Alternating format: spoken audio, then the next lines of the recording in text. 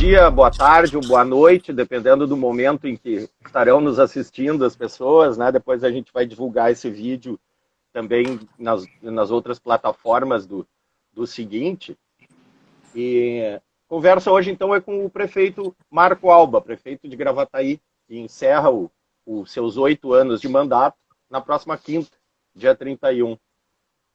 Marco Alba, sempre disseste que o teu sonho era ser prefeito de Gravataí, né? Sai realizado? De certa forma, sim. Primeiro, bom dia, né, Rafael? Bom dia aí a galera que está nos assistindo, ao seguinte, a toda a comunidade de Gravataí.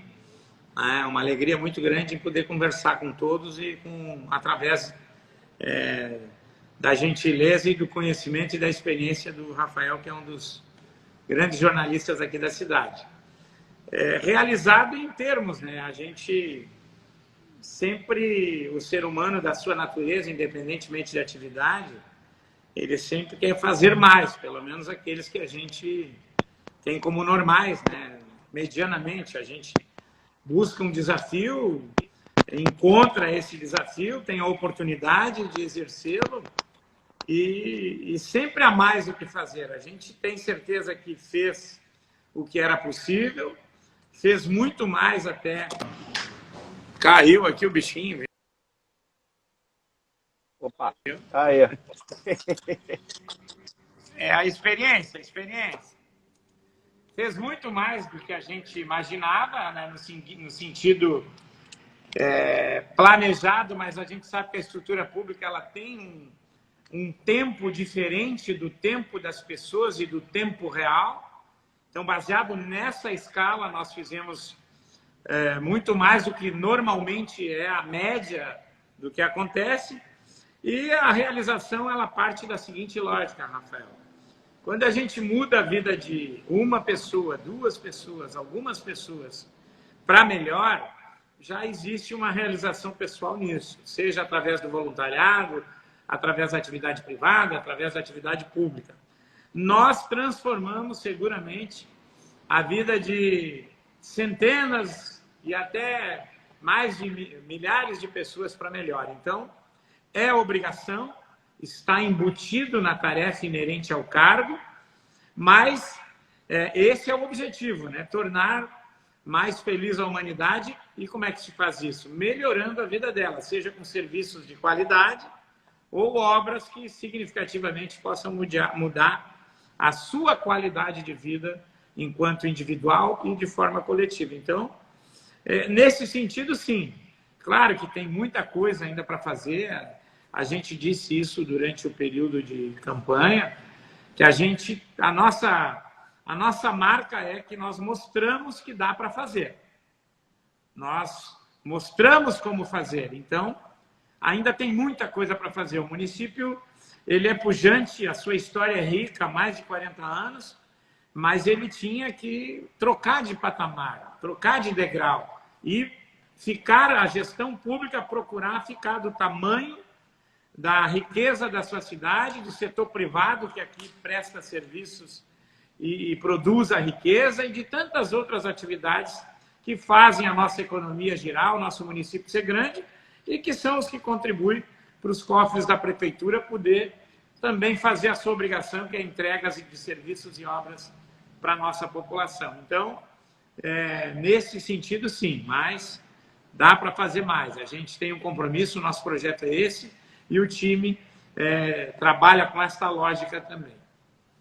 Prefeito, foste do inferno ao céu da popularidade, né? Qual é a fórmula?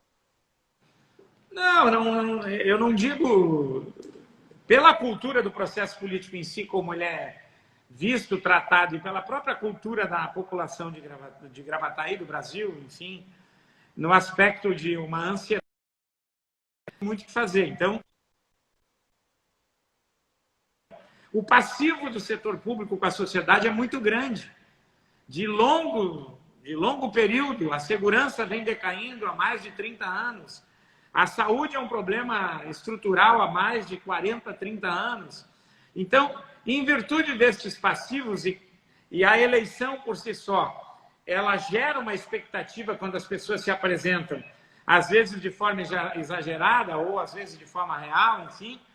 E a população, quando renova ou substitui o prefeito, o governador e o presidente, ele trabalha com a lógica de mudança imediata. Ele não aguenta mais os gargalos que se apresentam, e aí ele deposita uma expectativa muito forte e muito apaixonada no aspecto pela nova opção ou pela continuação, e ele exige mais. Como nós encontramos uma estrutura que precisava primeiro de correções internas para dentro, de arrumar a casa, de organizar, de preparar ela para servir a comunidade, esse período que a gente teve que atravessar, as demandas não deixaram de existir, nem as velhas, e se gerava demandas novas cotidianamente, né? Então, de certa forma, se tu não consegue manter a rotina naquilo que é básico, né? Na manutenção, no tapa-buraco, que era um mantra muito forte, né? A cidade esburacada, e nós escolhemos, olha, é muito mais dolorido para um gestor escolher tirar a prioridade de investimentos na saúde, na educação e na assistência social, que também há possibilidade de diminuir investimentos nos recursos livres, ou não priorizar as obras em infraestrutura para não diminuir já um serviço que apresentava também dificuldades na área social. Então, nós fizemos essa escolha. E aí é óbvio que ninguém quer andar em buraco, né? E aquilo que é básico, que seria a rotina na estrutura pública, que é a manutenção, quando ela vira uma demanda ou uma pauta do governo, é porque por si só a estrutura pública já tem problemas estruturais. Ela não consegue dar conta da rotina, imagina, daquilo que seria as grandes transformações que a cidade exige. Mas foi, na linguagem antiga, né, um belo cortado, né? Mas a gente, depois, já no segundo mandato, no final do primeiro mandato, já tinha sinais, mas a demanda ainda era muito grande e a expectativa continuava forte. Então, quando tu tem uma expectativa e ela não é satisfeita no tempo que tu planejou, e a maioria da população tem razão em ter menos paciência a cada ano que passa, porque ela está cansada de esperar. Ela aposta no A, não acontece. Aposta no B, não acontece. Aposta no C. E vai trocando, vai apostando. E a morosidade se apresenta, ela de forma muito autêntica e justa, pelo menos pelo tratamento que recebe, ela seguramente vai procurar outras alternativas e até mesmo esse cortado assim, de uma dificuldade de renovar um mandato, como foi o primeiro, né? Ele não tem nada de novidade, né? Isso é o óbvio do óbvio do óbvio. É apenas tratar o tema com a lógica e a sequência de caráter eminentemente real, que a gente vai perceber que tem coisas que são extremamente naturais, mas sempre registrando. O problema é a estrutura pública. Tá? Ela, historicamente, não tem dado conta do recado no Brasil, na saúde, na segurança, na assistência social e em outras estruturas também, na lógica da infraestrutura.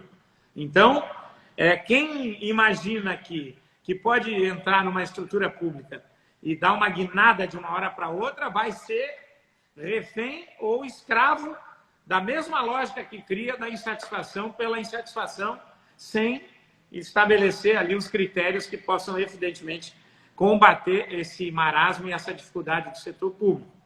Para mim, tu conhece mais individualmente as minhas opiniões e as minhas convicções. Opiniões é muito fácil, convicção, a gente assume a responsabilidade sobre ela. Né? Ou a estrutura pública brasileira faz um corte, uma autocrítica profunda, ou nós teremos muitas pessoas pagando muito caro por entrar na estrutura pública pensando de forma espontânea, ingênua, que pode fazer só porque é um ser que não está no cargo e não vai conseguir fazer com a velocidade desejada e vai pagar o mesmo preço. Se nós pegarmos vários ex-prefeitos, todos eles entraram como heróis e saíram como vilões. Então, né, o próprio resultado atual, ele mostra que tem várias formas de se trabalhar. Tem o imediatismo, o populismo, né, a responsabilidade, custe o que custar, a seriedade e a verdade, independentemente do benefício. Mas aí é como cada tribo política encara esse desafio e estabelece a relação com a sociedade. Eu estabeleci de uma forma clara, verdadeira, transparente e verdadeira. Nós fizemos muitas coisas boas. Tem muitas coisas ainda para fazer, mas nós mantivemos uma coerência com os nossos atos. Prefeito, esse plano de investimento, né? Eu acho que Gravataí é uma das cidades gaúchas que mais investiu, certamente, né? Talvez até brasileiras, num período de quebradeira geral, né? Mais de 100 milhões em obras de infraestrutura. Como é que elaboraste esse plano de investimento? Como definiste as prioridades? Qual era a visão que tinhas de Gravataí? Desse futuro, dessas obras? Eu tinha um pouco de visão, um aspecto pessoal, porque eu fui servidor da prefeitura em 1978 até 1983. Eu trabalhei na garagem e na Secretaria de Planejamento ficava na garagem do município. E eu trabalhei no setor de planejamento com engenheiros, arquitetos e eu era auxiliar de topografia. Então, nessa área mais técnica, as coisas são discutidas de uma forma mais ampla, no sentido do atacado para o varejo, né? do geral para o particular, o crescimento do município, enfim. E eu trabalhei 5 anos nessa área, conheci a cidade como um todo, conheci o seu desenvolvimento, a sua expansão urbana desorganizada, que já em 78 nós tínhamos vários empreendimentos e de loteamentos no município de Gravataí, que eram autorizados, a legislação ainda e a fiscalização era fraca, e acabou a Prefeitura de Gravataí assumindo a responsabilidade com a infraestrutura de centenas de loteamentos implantados aqui, que o empreendedor não tinha feito nada. Então, a gente já conhecia, de certa forma, as causas de alguns problemas e a magnitude da lógica da infraestrutura. E até hoje eu ainda reclamo isso, agora melhorou muito, né? Nós vamos ter aí a oportunidade de fazer uma revisão do plano diretor com uma visão mais estratégica, a partir do próximo mandato, né, do próximo governo, e eu espero que a classe técnica da cidade olhe a cidade como um todo, né? Olhe ela do geral para o particular e entenda que o mundo mudou e que nós temos áreas para ser desenvolvidas e apostadas no aspecto econômico que vão gerar muito mais riqueza, emprego e renda para a comunidade do que simplesmente implantar empreendimentos imobiliários, seja vertical ou horizontal. Isso é um mercado. E isso eu aprendi lá, quando trabalhei naqueles primeiros 5 anos, depois eu saí para concorrer a vereador, depois pedi demissão da prefeitura, porque eu era seletista. Então, eu conhecia um pouco do aspecto, né, técnico dessa visão através dos técnicos que eu trabalhei. Depois eu fui trabalhar em outras estruturas de Estado, trabalhei no Ministério dos Transportes, na Transurb, enfim. Eu aprendi muito lá fora também a questão de como fazer leituras de diagnósticos e como atacar as causas em vez de apenas correr para fechar o telhado que está com uma goteira. Trabalhei no governo Ieda, mas sempre participei, sempre prestei atenção aqui no município de Gravataí. Então, quando a gente veio para cá, e depois da transição do governo Acimar, em que aquele ano serviu para a gente ter um diagnóstico mais profundo da gestão por dentro, né? A nossa presença aqui na transição nos possibilitou isso. A gente foi vendo 7 meses de atraso para os fornecedores, tantos milhões de dívidas não pagas. Então a gente foi percebendo que a questão era muito dramática. E quando ela é dramática, e mesmo quando é mais leve, era melhor, né? Mas dramática não tem como tu não atacar as causas, né? Não tem mais condições de fazer paliativos. E nós, daí, quando vencemos a eleição, trouxemos uma equipe profissional para cá, tinha 5, 6 secretários de Estado, os meninos e as meninas daqui todas capacitadas para a área, e fizemos esses diagnósticos e estabelecemos no PPA o plano de metas. Uma coisa que é importante às pessoas que estão nos ouvindo, pagar dívidas não melhora a situação financeira da prefeitura. Porque quando tu tira do teu caixa recurso livre para pagar a dívida, isso não te dá liquidez. Liquidez é quando tu recebe 100 e gasta 50. Aqui era o contrário, tu recebia 100 e devia 150. Então tu tinha que arrumar 50 para pagar os 50 aqui, para te limpar o teu nome, e faltava 50 para te manter o que vinha sendo mantido. Por isso aquele sacrifício todo dos primeiros 4 anos, da buraqueira, enfim, de tantas outras coisas. E ao pagar as dívidas, nós recuperamos as negativas, limpamos o nome e com isso começamos a planejar investimentos com financiamentos. A gente tinha feito uma investida naquele instituto, o CAF da Venezuela, enfim. Nós fizemos várias consultas para o sistema financeiro para a gente captar recursos para fazer obras. Aquele Comissão Andina de Financiamento. Comissão Andina de Fomento. Sabe que eu sou crente, né? Embora as pessoas não acreditem nisso, eu acredito em Deus piamente. E foi a grande sacada não ter dado certo aquilo, sabia? Ele era corrigido pelo dólar. Na época o nosso dólar estava em 3 e alguma coisa. Aí a Secretaria Nacional da Fazenda mudou o critério de classificação, exigindo liquidez. Olha, se alguém que deve, né, mais do que tem condições de pagar, vai ter liquidez no encerramento do ano. Tem gente que inventa liquidez, né? Tu não empenha, não tira... Bom, eu quero dizer liquidez de verdade. Tem dinheiro no caixa. E aí, trocando a bandeira, enfim, nós acabamos tendo que trocar de alternativa. E aí apareceu financiamento de forma direta com o Banco do Brasil, com a Caixa Econômica Federal, mas nós tínhamos, durante aquele período de preparação para o CAF, feito projetos elaborados, desenhado as demandas da comunidade, as artérias principais, as modificações estruturais que poderiam gerar desenvolvimento, em que aquele investimento, embora financiado, com a sua lógica de benfeitoria para a comunidade, no sentido de desenvolvimento e atração de investimentos, poderia se pagar. Então, o próprio investimento se paga. A Avenida Acimar Silva, por exemplo, prefeito Acimar Silva, ela é uma avenida nova, diferente, para uma região que não tinha acesso de infraestrutura, e agora, com a saída do pedágio, vai bombar novos empreendimentos ali para a região. Isso, por si só, gera receita que vai pagar aquele financiamento. Então, quando tu também opta por fazer financiamentos, endividar em termos a prefeitura, esta dívida ela tem que ter uma repercussão proativa de geração de receita a partir da benfeitoria que ela propõe. E foi isso que a gente fez. A própria duplicação da 20, a própria duplicação da 30, aqui a Lino dos Santos, a José Arthur, todo esse sistema viário modificado e estruturado, ele atrai investimentos que geram riqueza, emprego e renda. Aí, né, o dinheiro circula, a economia gira, e com isso gera tributos e a prefeitura acaba cobrindo esses financiamentos a partir do seu crescimento econômico.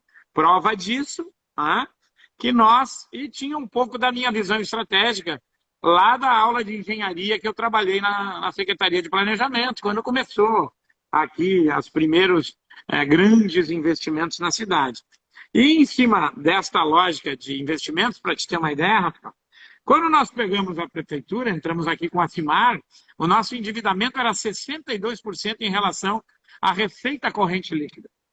Nós terminamos 2019 com 16%. E aí está a prova, diminuir dívida, pagar, não necessariamente aumenta a liquidez. Nós fomos para o financiamento.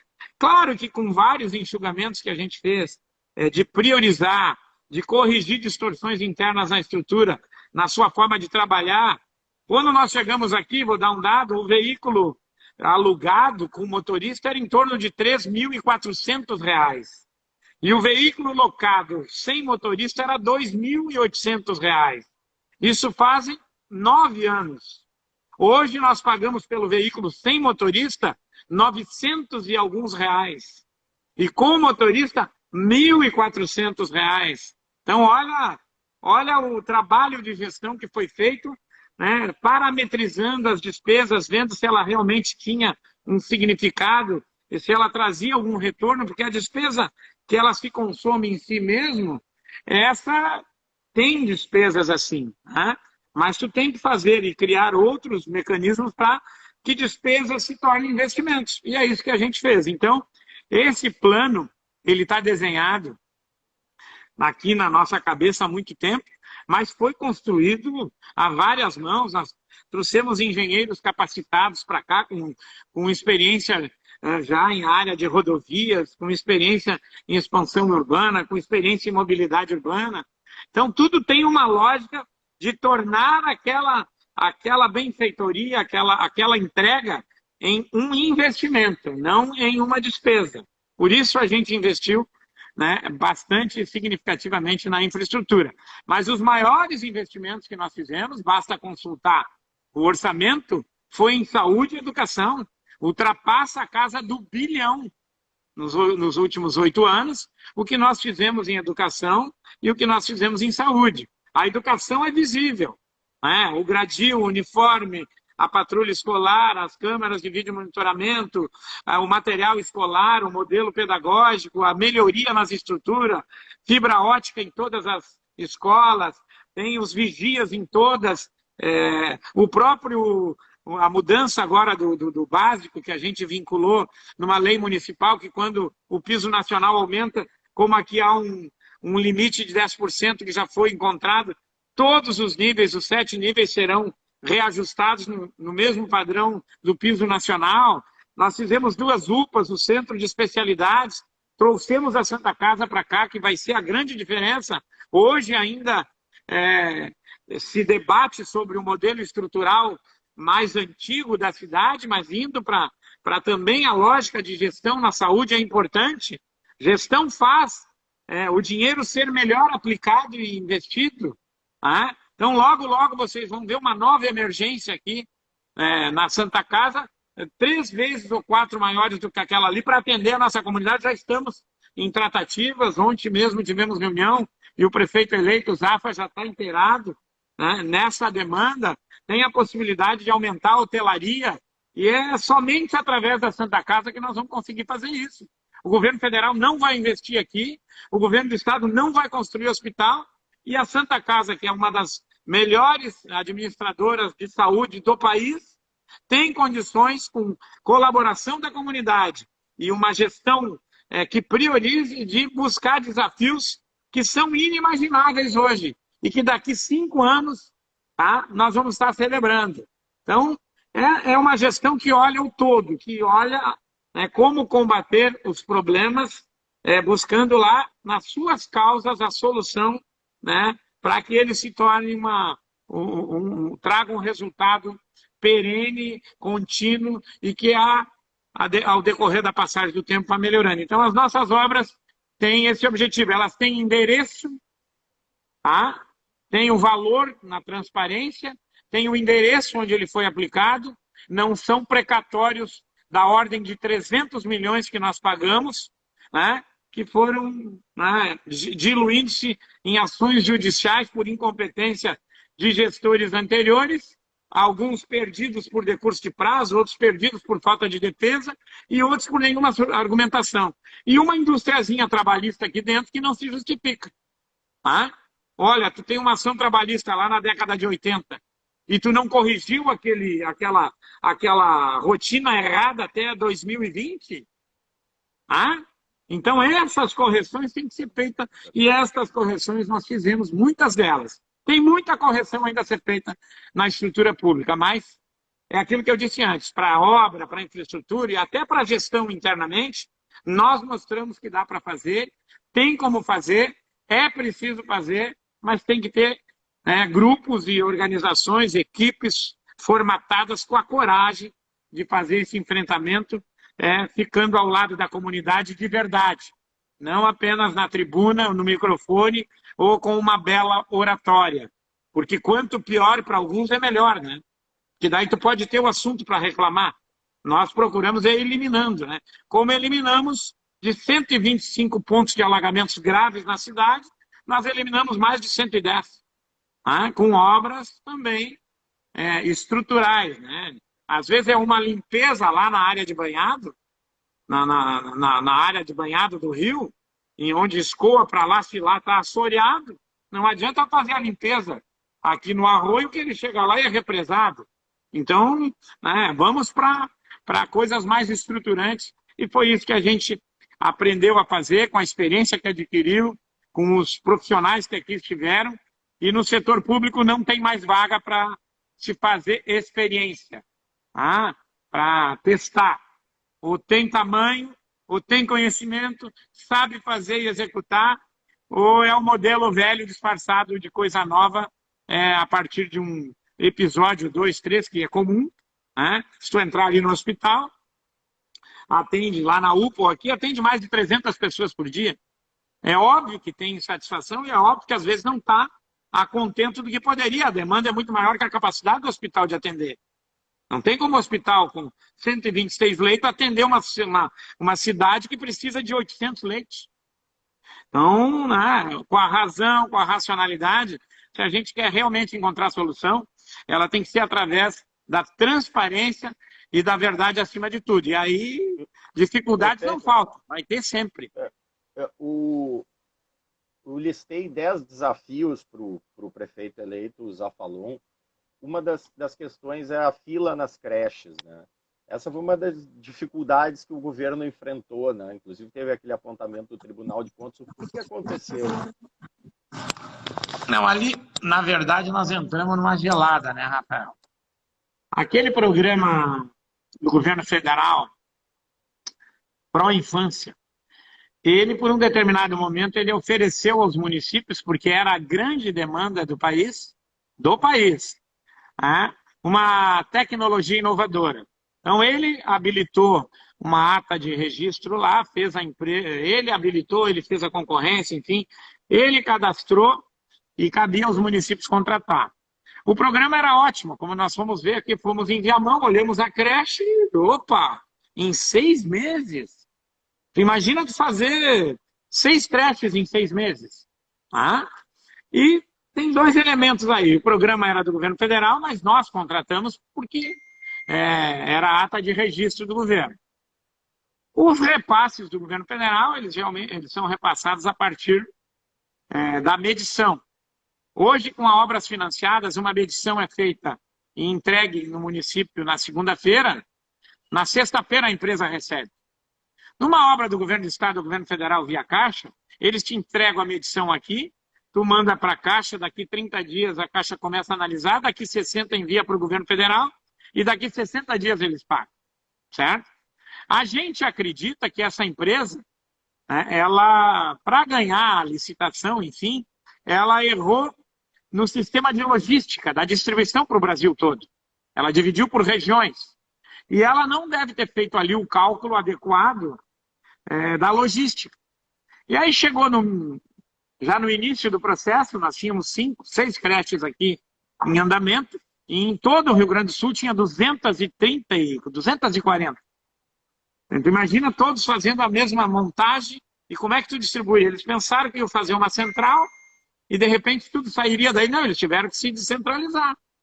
E aí eles em escala viram que tinha uma diferença de preço. E o que aconteceu? Proporam para os municípios que nós aditássemos ali 250 mil reais, que para a perda que os municípios tiveram, para a perda que nós tivemos não é nada, por creches. Só que o município não pode aditar quando o registro de preço é feito pelo governo federal. A lei impede. Então tinha um bloqueio legal que proibia qualquer prefeito, e o prefeito de Gravataí, de aditar os 250 mil, porque dinheiro nós tínhamos, e não parar, certo? Aí fomos no Tribunal de Contas, eu vou contar porque é legal essa história, a gente ouvir. Tribunal de Contas da União, Tribunal de Contas do Estado, Ministério Público, para chamar o prefeito, chama na hora, obedece ou é uma ação de civil pública. Aí eu disse, olha, eu queria propor uma reunião do Ministério Público Federal, Ministério Público Estadual, o Tribunal de Contas da União e o Tribunal de Contas do Estado para nos dar autonomia para a gente resolver. a gente resolve isso aí. Agora, resguardado, né? Todo dia uma ameaça, né? A gente é criminoso desde o primeiro dia. E aí, não, prefeito, por que o senhor quer se meter nisso? Cumpre a lei, notifica a empresa, quer dizer, faz a tua parte, tira o teu e deixa. É assim, né? Um dia eu disse para uma magistrada, doutora, mas eu não estou... O meu problema não é a creche e o terreno, está lá se dá operando. O problema é que aquilo lá perdido é uma vaga de creche a menos. Lá é 80 vagas, 120. E quando vocês me chamam aqui, o problema não é a vaga para a criança. Aí depois tivemos que entrar na justiça. Todos os outros prefeitos desistiram, revogaram o contrato e denunciaram. Eu tentei, terminamos uma, né? Temos a segunda para terminar e vamos terminar mais 3. Olha o que é a insistência, hein? Mais um problema do cão. Aí entramos na justiça, ganhamos da empresa, ganhamos a indenização. Nós fomos puxados a orelha no ministério porque ajuizamos contra a empresa. Isso ninguém sabe, eu estou dizendo hoje. Porque agora eu estou saindo, não tem perigo, ninguém vai me retalhar, né? Mas nós fomos puxados a orelha porque nós entramos na justiça contra a empresa, que era sócia aqui da Rondon, em Caxias do Sul, e mandaram recado para mim. Então, o Brasil, ele tem que descentralizar. Deixa os municípios trabalhar, cria mecanismos de controle local, com autonomia, com rapidez, com cumplicidade, na lógica de resolver os problemas da comunidade. Enquanto Brasília for o centro de tudo, das decisões, da concepção e do dinheiro, nós estamos fadados à desgraça. E o Rio Grande do Sul não precisa ser centro de nada, porque não pagou agora o salário em dia, né? Pode ser que pague mais uma ou duas, mas vai de novo. Então, ou muda essa lógica e formatação dos nossos poderes, a União, Estados e municípios, e fortalece o município botando dinheiro no município. Não é fazer que nem a segurança pública que nós assumimos aqui, praticamente o modelo ostensivo que compete à brigada. Competência não é, às vezes, a lógica de ter capacidade. A competência legal para fazer o policiamento ostensivo no Rio Grande do Sul é da Brigada Militar. Ela não consegue fazer, não tem efetivo e faz mais de 40 anos que ela reclama disso. Aqui em Gravataí, quem faz é a Guarda Municipal. Portanto, agora a população cobra do prefeito. Mas tem uma instituição todinha para isso que não precisa, que não presta conta, que não se cobra dela mais. Porque o Estado está quebrado, então fecha o Estado. Nos dá o dinheiro que a gente aumenta a guarda, a gente prepara tudo aqui. Então, o modelo centralizado lá em Brasília, essa coisa muito concebida também, a política de saúde é Brasília, uma portaria lá de Brasília vale mais que uma lei do Senado ou da Câmara. Aqui os enfermeiros, os médicos, e esse modelo de protocolos é feito lá por uns caras que nem da sala saem. E quando saem, vão num plano de saúde privado. Então, isso todo mundo já sabe, Rafael. Há mais de 40 anos. Mas aí a gente foi reduzido à subjugação e todo mundo tenta se salvar, espernear onde está perto para ver se ali resolve. Quando só vai piorar se não mudar esse modelo federativo hoje existente, que é madrasto, né? Padrasto. Lá está todo o dinheiro e para nós cada vez mais as obrigações. E aqui, em qualquer município brasileiro, pode ter certeza que os prefeitos eleitos, os que já tiveram, os que vão vir lá no futuro, têm muito mais competência e capacidade de resolver problemas simples que se tornam uma novela quando passa pelos corredores de Brasília ou aqui do próprio governo do Estado. Eu poderia falar do DAIR. Todas as rodovias estaduais, as obras que nós fizemos, é de obrigação do DAIR. Municipalizei 2 trechos para fazer. Então o DAIR vai servir para quê? Para que serve? Ninguém sabe, né? Porque aqui ele não consegue chegar. Mas claro, alguma coisa ele faz, é só que falta não fazer nada, né? Então, eu sou muito franco nesse aspecto, você já me conhece, e a gente aqui fez isso, a gente não ficou reclamando, a gente aponta o erro, a estratégia errada, o modelo errado. E a dívida tem que ser mostrada, porque é o povo que paga. Não foi a prefeitura que pagou dívida. Quem pagou a dívida foi o bolso do cidadão gravataense. E prefeito, dentro dessa questão dessas estruturas de Estado, Brasília, tinhas um plano de tirar das mãos da Corsã o saneamento em Gravataí, né?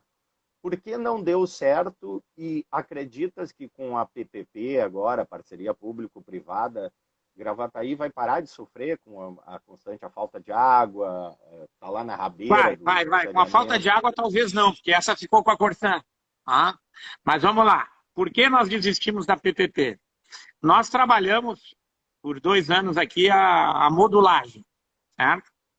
De PPP, que é a coisa que no Brasil todo acontece. No Rio Grande do Sul é a primeira que acontece, essa, feita pelo governo do Estado, iniciado lá no governo Ieda, quando eu ainda era secretário, passou pelo governo Tarso, passou pelo governo Sartori, para, ao fim e ao cabo, acontecer no governo Leite. Então, 3 mandatos de governador são 12, 4, 8, 12 anos. Como a PPP da Corsã, ou a PPP do governo do Estado, ela englobava o saneamento na parte mais delicada, que é tratamento de esgoto, que é aquilo que pode resgatar, preservar os nossos rios, enfim, tem muito a ver com saúde, ela não tratava de água. A água continua sendo a Corsã. A nossa PPP previa uma modelagem para assumir a água e com a água financiar, né, o esgoto. São Leão Caxias faz assim, tem uma empresa municipal, né? Lá a empresa é bem gerida, ela produz, tem liquidez e essa liquidez vai para o Poder Executivo fazer investimentos através da própria companhia na área da infraestrutura de esgoto, enfim. Quando a Corsã, quando a PPP do governo do Estado ficou mais sólida e começou a criar assim, expectativas de que ela seria bem sucedida, e a gente percebeu isso em várias reuniões, no próprio governo Sartori, que o Sartori me chamou várias vezes, eu digo, olha, quando eu tiver certeza que a PPP do Estado vai funcionar, eu até posso trabalhar, porque eu estou propondo o mesmo modelo. Então, eu estou propondo o mesmo modelo do Estado, mas confio mais na lógica da rapidez do município.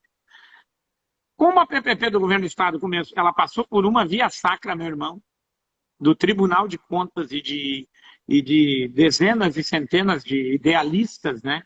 Que não tem erro nenhum em ser idealista, mas o idealista vive no mundo ideal, né? Embora ele transite pelo mundo real, né? Mas ele sonha muito mais alto. Mas aí é fácil. Aí quando a PPP do governo do Estado começou a ter problemas, a gente viu que ia ter os mesmos problemas. Quando ela começou a ter solução, a gente viu, olha, se a gente está no mesmo caminho, não tem por que a gente agora ser teimoso, né, e querer isolar Gravataí de uma coisa que eu tenho certeza que foi a melhor coisa que o governo do Estado fez nos últimos 15 anos. Foi entregar para o setor privado investimentos para melhorar o saneamento básico no que se refere a afastamento e tratamento de esgoto sanitário. Precisa de muitos milhões. A Corsã nunca conseguiu fazer uma rede, 1 metro de rede de esgoto que não fosse por financiamento ou do BNDES, ou recursos do Tesouro Nacional, ou do BIRD no período do governo Brito. Portanto, com recursos próprios, a Corsã jamais faria investimentos na área de saneamento, esgotamento, afastamento e tratamento. Então, esta é a opção que vai salvar a região metropolitana nos próximos 5, 8 anos. Porque isso é infraestrutura, isso é que vai acabar, né, com essa buraqueira do cão a partir de abre e fecha. Né, vai ter a probabilidade dos investimentos em Gravataí todos serem aprovados, porque ali da Pirelli até a 103, 16 a 20 empreendimentos não foram aprovados porque não tem tratamento de esgoto naquela região. E às vezes o empreendedor não quer fazer, como o Breno Garcia fez, que foi a União, a Caixa, e outros ligam ali na estação de tratamento do Parque dos Anjos. Então essa é a solução. Vai levar 5, 6, 7, 8 anos. Se dependesse da Corsã, nunca ia ser feita. Eu estou dizendo que nunca ia ser feita. Eu conheço, eu não estou dando opinião, eu já estive lá, eu conheço a escala, o orçamento da Corsã. A Corsã tem um orçamento hoje de 3 bilhões e alguma coisa. Ela não consegue investir mais que 10% do seu orçamento. 700 milhões são passivos trabalhistas. Ela não consegue administrar água que ela pega do rio e vende, que é só coletar e vender. Então, a Corsan faz uma total revisão da sua postura enquanto empresa, ou vai também ser esse caos? Agora estão nos tratando bem porque eu faço essas loucuras aqui de dizer publicamente. Por isso que eles vêm. Assim mesmo, tapa-buraco é uma vergonha. É a vergonha da vergonha da vergonha. Mas é estadual, é a Corsan. Né? Nós agora vamos ter que fazer um outro estudo, se quiser fazer um rompimento, né? Com a questão única e exclusivamente da questão da água. Não é possível. Então, entre a escolha de ficar com as duas coisas ou sem nenhuma, nós temos certeza que o esgotamento sanitário aqui em Gravataí nos próximos 5, 6 anos está totalmente feito na casa dos 90, 85 a 90% de atendimento da nossa zona urbana existente agora nessa década. Depois da expansão, aí vai ter de novo um outro desafio. Por isso que aprovar a expansão sem consultar o projeto da PPP para lugares que a PPP não atinge, também é uma leviandade. Mas a área técnica, às vezes, ela cria alternativas futurísticas. É só acontecer isso, é só acontecer aquilo, é só chegar a tecnologia tal, pega uma varinha que ela, tipo, joga de galinha para ver se tem água, né? Não dá, né? Mas foi a melhor caminho, foi a melhor opção, na minha opinião. E, prefeito, enfrentaste uma pandemia, né? Um dos anos mais difíceis aí da história moderna da humanidade, né? Que avaliação faz da sua gestão para a crise do coronavírus? Olhando em retrospectiva, teria feito alguma coisa diferente? Olha, tudo é um aprendizado. Eu acho que a gente aprendeu muito, mas a gente seguiu rigorosamente aqui os conselhos e as orientações da nossa equipe médica e sanitária, e que quero fazer um elogio de público, né, à Secretaria da Saúde, ao Jean, a forma, o esforço que nós fizemos para alcançar todos os recursos possíveis que nós encontramos. Nós não precisaríamos ter um hospital de campanha, nós fomos atrás e buscamos, nós trouxemos mais 10 leitos de UTI, temos 10 leitos de suporte respiratório no hospital de campanha, nós preparamos lá o 24 também como retaguarda para o hospital de campanha. Enfim, nós obedecemos rigorosamente a lógica de todos os indicativos que possibilitavam nós mostrar um esforço e uma luta para também Gravataí fazer a sua parte. Porque a grande rede hospitalar e o volumoso número de UTIs e de leitos disponíveis para atender a demanda da região metropolitana, do litoral e aqui da Carbonífera, é Porto Alegre. E aqui a região dos Sinos também, que tem também hospitais, alguns, que também auxiliaram essa rede de alta e média complexidade que tem no estado do Rio Grande do Sul. A gente aprendeu muito, né? Eu disse isso no início. Poderia ter sido melhor administrada, enfim. Hoje é fácil dizer isso, né? Eu acho que o modelo de distanciamento social que o governador implantou, ele pode ser até questionado, mas não foi trazido a nós nenhuma outra alternativa concreta. Ninguém apresentou nada além de uma ideia ou de uma indignação ou de uma contrariedade. Bom, fazia uma live lá, porque é só fazer assim. Não. Materialmente, aqui a gente precisa mostrar. Aqui não adianta dizer, aqui tem que acontecer. E essa é a diferença do Poder Executivo para as outras estruturas. A ideia tem que se transformar numa ação que vira uma solução e se materializa como tal. Ela não pode ser eu acho. Diante do ineditismo, diante de que o mundo passou e diante de tudo, das dúvidas que se tem até hoje, dos medos que ainda são fortes, em que pese parece que ninguém mais tem medo agora, né? Agora sobrecarregou e o comportamento da população não retornou àquele estágio inicial. Bom, é por culpa da eleição, então os políticos foram culpados. Foram, vamos admitir que foi isso. Bom, então agora é o motivo para ninguém mais respeitar nada, cara. Então, olha como a classe política tem responsabilidade em dar exemplo. Tá? Olha como o exemplo não dado dá uma reação em cadeia sem qualquer capacidade de retomada de uma motivação coletiva, de uma solidariedade coletiva. Tá? Se tu olhar hoje, praticamente voltou tudo ao normal. Diminuiu o número de óbitos significativamente comparado ao número de pessoas que estão sendo baixadas, o que é uma notícia boa, né? Imagina se fosse na proporção de agosto e setembro. Mas a grande verdade é que ela desnudou o que já era nu. E que espero que depois que a pandemia passe, não seja tratado como sempre foi tratado. Tá? A estrutura de saúde brasileira, e a nossa aqui, que é muito mais precária, ela tem que ser rediscutida. A escala, os conceitos técnicos de número de UTI, enfim, otimiza, se dá mais despesa, se não é despesa, tem que haver uma revisão disso. Isso não pode ser uma escala simples aritmética de custo, porque se trata de vidas. Então, o distanciamento social, ele provocou um dano maior para aqueles que sentem isso no aspecto econômico, e é verdade, porque a estrutura não tinha competência e capacidade para enfrentar um momento que nem esse. Ah, mas ninguém previa. Não. Tu pode não prever uma pandemia, mas ela já era caótica antes. A estrutura não era melhor. Ela tinha problema de leitos de UTI, em que chega aqui na prefeitura por semana, chegava, depois da pandemia parou, né? Mas chegava 2, 3 por dia, às vezes, ou por semana, como se o prefeito tira alguém da UTI e bota o outro deitado ali na UTI. Sempre teve falta de UTI pediátrica, UTI para adulto, tudo, sempre houve isso. E com Porto Alegre aqui do lado.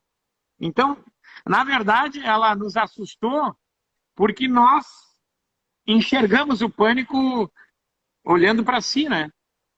Se vai eu, será que eu volto, né?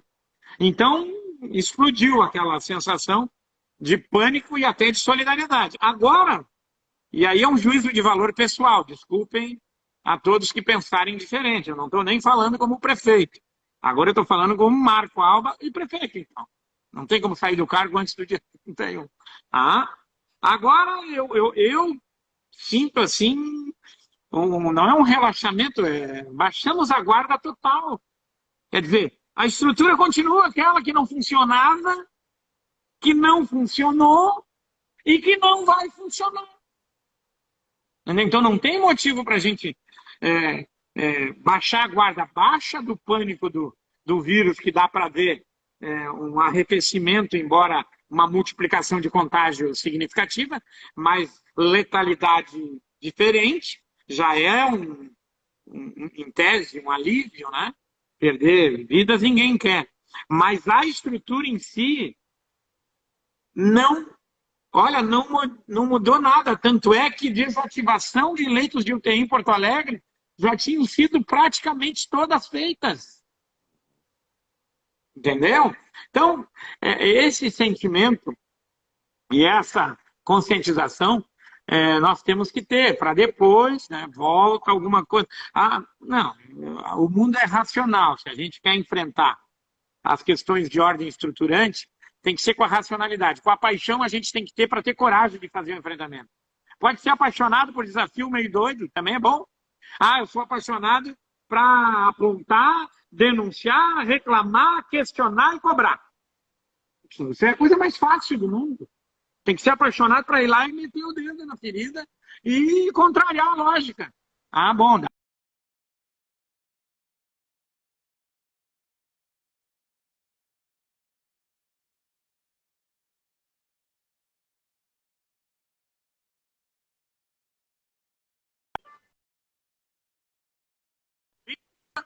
do ambiente público.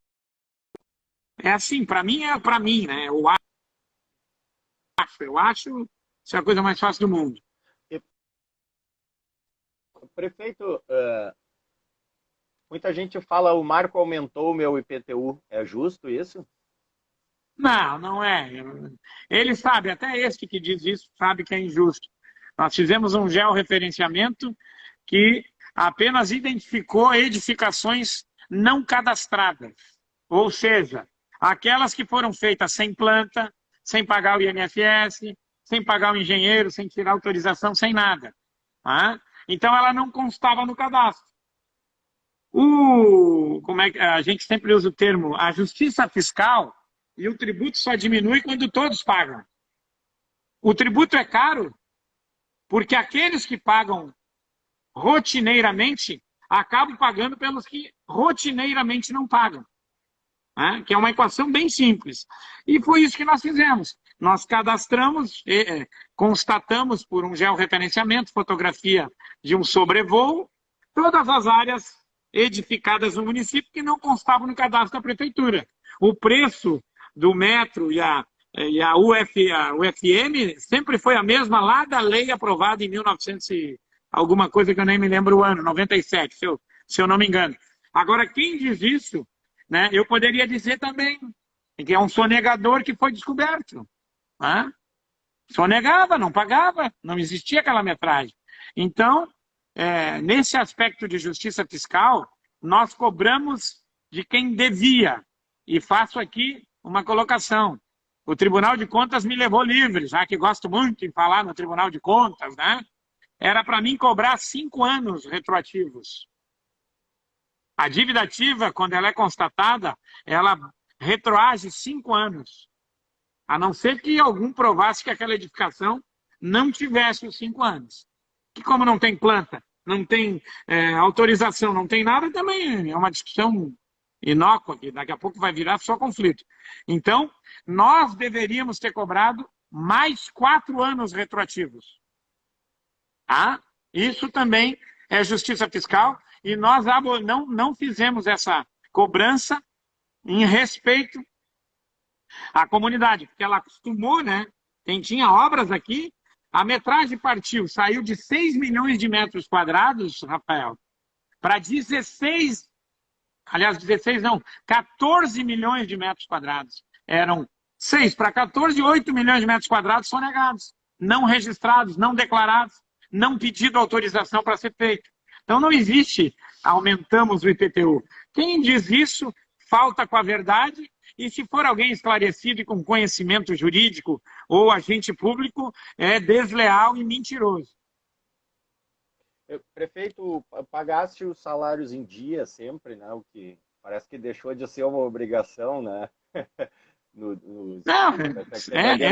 Devia ser uma rotina. Já vira um elogio, né? Mas o sindicato dos professores, ele reclama 20% em perdas. Tá certa essa conta? Não, olhando pelo aspecto do que seria, somando os índices de reposição dos últimos anos, ele aritmeticamente tem razão. Mas agora vamos lá. O que aconteceu? Dos 8 anos, 4 anos nós conseguimos dar a reposição. Esses outros 4 anos que faltaram é que faz esse cálculo aí dos 20%. Tem razão, porque não foi dada a reposição. Agora, por que não foi dada a reposição? A prefeitura, o caixa é o bolso do cidadão. Ou tu tem condições de pagar o salário, ou tu não pode dar reposição de uma coisa que tu tem consciência que tu não vai pagar. Somado a isso vem, né, o IPAG, o Instituto de Previdência, que nós recuperamos. Quem recuperou, salvou o IPAG foi o nosso governo. Nós pagamos rigorosamente em dia as transferências patronais e a alíquota suplementar desde 2013, quando ela começou, para pagar o déficit atuarial que existia e que ainda existe, que foi fruto da incompetência, né, das gestões anteriores e também de um ingrediente que ninguém coloca. Quando tu dá uma reposição, Rafael, aquele índice na reposição do salário, ele vai lá e afeta, né, no fundo de reserva para aposentadoria. Então, toda vez que tu aumenta ou repõe o salário percentualmente, tu tem que fazer uma atualização da dívida atuarial. Certo? Então, olha o efeito duplo quando a coisa é feita, né?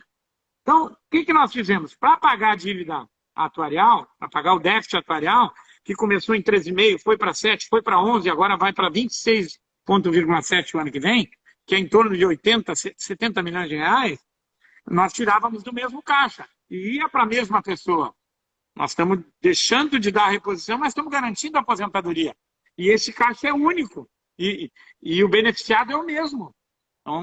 Então, a justificativa é essa e justa. Né? Ninguém poderia pensar diferente. E se eu desse reposição sem ter condições de pagar, além de não pagar o salário, eu estava aumentando a dívida atuarial também. Então, é uma irresponsabilidade tripla. Então, esses 20%, nós podemos falar várias vezes sobre isso, ele existe no aspecto numérico, ele é uma verdade. Agora, a verdade da fonte pagadora, que também paga uma dívida abissal de um cálculo que todo ano tem que ser renovado para garantir a aposentadoria, e que o maior beneficiado, o único beneficiado, aliás, não é o maior, é o próprio servidor, não é justo com a sociedade, que perdeu muito mais que 20%. Vai ver a aposentadoria do servidor, do trabalhador do regime geral da Previdência. Se a dele é corrigida com a reposição que o setor público é. Então, o que é justo? Se a gente vive em sociedade, se o setor público ele é pago pela sociedade para aquela categoria que trabalha e ele não tem o mesmo tratamento, isso já é injusto. Eu não estou dizendo que não é direito. Direito é direito, é uma coisa. Justo é outra. Justo é quando todos somos tratados iguais. Então, não é justo que o caixa daquele, que até desempregado que até numa sinaleira vendendo um brinquedinho ali, está botando um tributo aqui dentro, em época de crise, como foi de 14, 15, 16, 17, e agora com a pandemia, para o poder público fazer de conta que não teve crise. Fazer de conta que para eles o mundo real não pode atrapalhar. Então, é decisões que têm que ser tomadas. É duro. Não, não é duro, é solidariedade. Tem estabilidade. Tem outras vantagens que ninguém tem. Não pode esperar um pouquinho o outro se levantar para continuar te alcançar. Vai matar a galinha? A galinha está morrendo. A galinha já está só com as penas. Não vamos matar a galinha, não. Então, é um termo mais chulo, né? Mas uma sociedade mais justa, e um poder público mais honrado em prestar serviço de qualidade, quando não consegue fazer isso, pelo menos aguarda um pouquinho, se recupera também, porque o outro está querendo se recuperar. Então, nós não tínhamos condições de caixa para pagar a reposição, para manter salário em dia e para não estourar ainda mais o déficit atuarial, que é consequência lógica de qualquer reposição.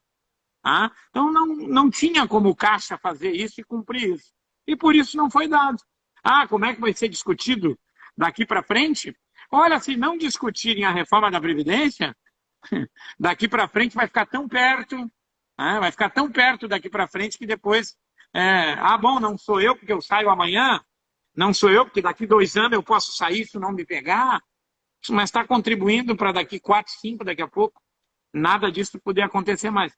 Então tem que olhar um pouquinho, estudar um pouquinho, entrar para dentro da temática para falar sobre ela. Aqui eu quero até fazer um elogio também. A gente às vezes só reclama, eu não reclamo, mas gosto de falar muito, né? Mas os sindicatos extremamente compreensivos em vários momentos foram, apesar da luta legítima pela reposição, pela valorização salarial, isso tudo é legítimo. Ele está do lado dessa postura. É essa a postura original dos sindicatos no Brasil até hoje. Mas quero fazer uma ressalva aqui ao Sindicato dos Professores, ao Sindicato dos Servidores, que nesses 8 anos sentaram junto conosco, conversaram, debatemos com tenacidade, mas sempre foram respeitosos e compreensivos.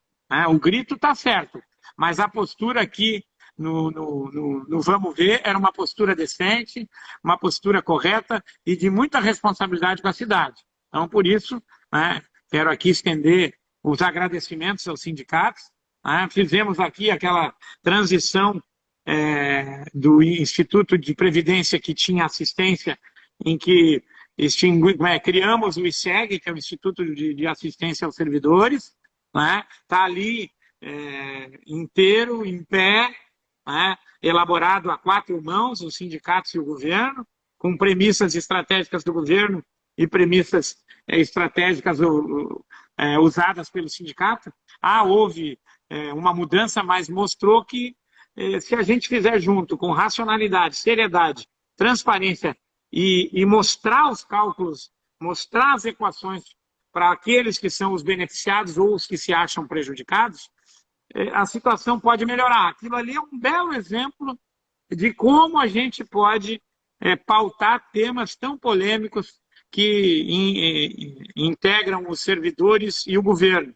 O ISEG é uma prova de que a gente tem e pode avançar. Ali nós avançamos e hoje ele já pagou o seu endividamento e já está regulando o seu fundo de reserva, que talvez não precise os 6 anos para chegar no valor aquele que nós estabelecemos de forma inicial. Então, nós temos um bom exemplo de negociação entre pontas que pareciam antagônicas e que jamais poderiam conciliar, pois nós aqui em Gravataí até isso fizemos. Temos um belo exemplo dos sindicatos e do governo encontrando uma solução em conjunto que serviu, sim, muito significativamente para os servidores que são segurados ali no Instituto de Saúde dos Servidores de Gravataí. A gente, o meio político, se ouve muito que o Marco é um Pelé na política, né? Não. Cumpres 2 mandatos agora, foste deputado e fizeste o sucessor, o Luiz Afalon, e a primeira-dama, Patrícia Basotti Alba, agora assume dia 1º como deputada estadual titular, né? Qual o segredo para fazer a política? É acordar cedo, trabalhar e não mentir, ser transparente e verdadeiro. Ponto. Só isso chega. As pessoas, o processo político, ele vive da dúvida e da falta de fidúcia. Eu sou previsível, todo mundo me conhece. Então, eu acordo cedo, trabalho bastante e sou sincero, transparente e digo pela frente tudo aquilo que penso e sou sincero, o que é fundamental numa articulação, numa negociação de um ambiente tão sem credibilidade a partir dos atores do processo político. Então, é simples.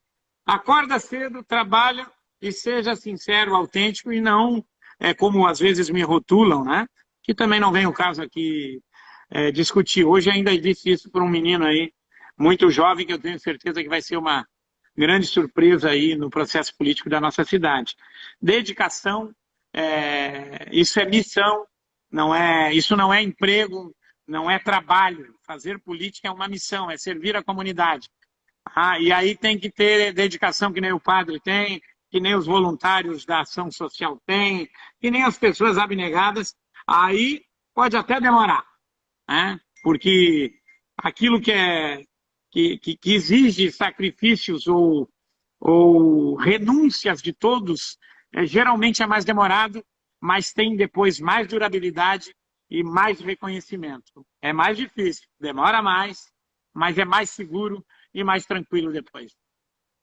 Que conselhos tem dado ao prefeito eleito Luiz Afalon para esse início de mandato? O Zaf é um grande amigo e a gente trabalha junto há 15 anos dentro de ambientes públicos que exigem tomada de decisões, enfim, saber diagnosticar. Enfim. Então, esse ambiente a gente já tem um pouco de convivência a ponto de dizer que ele não nos assusta. Isso não quer dizer que a gente saiba tudo, né? E que sabe tudo, não. A gente sempre aprende.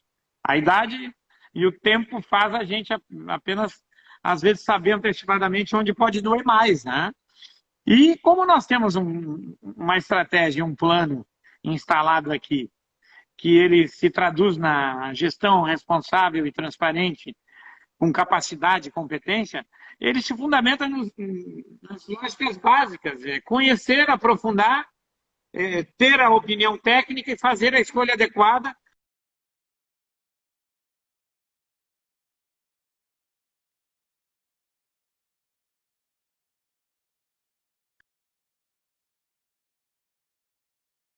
o maior número de pessoas possíveis. Depois, se do geral estão satisfeitos, e aí a gente pode descer mais para o setorial ou particular, se tem espaço, pode-se trabalhar. Agora, o interesse público acima de todos, ou de tudo. Tá? E essa é o fundamento e a lógica por que foi criada a estrutura pública. Tá? Ela já é isso, é pública, tudo é isso, é para atender o público. Só que, às vezes, o público, um individual como é público, ele acha que o individual é público. Né? Quando nós duplicamos algumas avenidas aqui, todo mundo enlouquecido porque nós botamos um canteiro no meio. A engenharia define que uma via de 4 pistas, ela não pode se cruzar abertamente. Ela tem que ter pontos adequados de retorno e tal. Todo mundo enlouquecido porque queria sair da frente da sua casa e sair atravessando para lá. Aí eu quero... Não, agora tu tem que ir ali, fazer um retorno.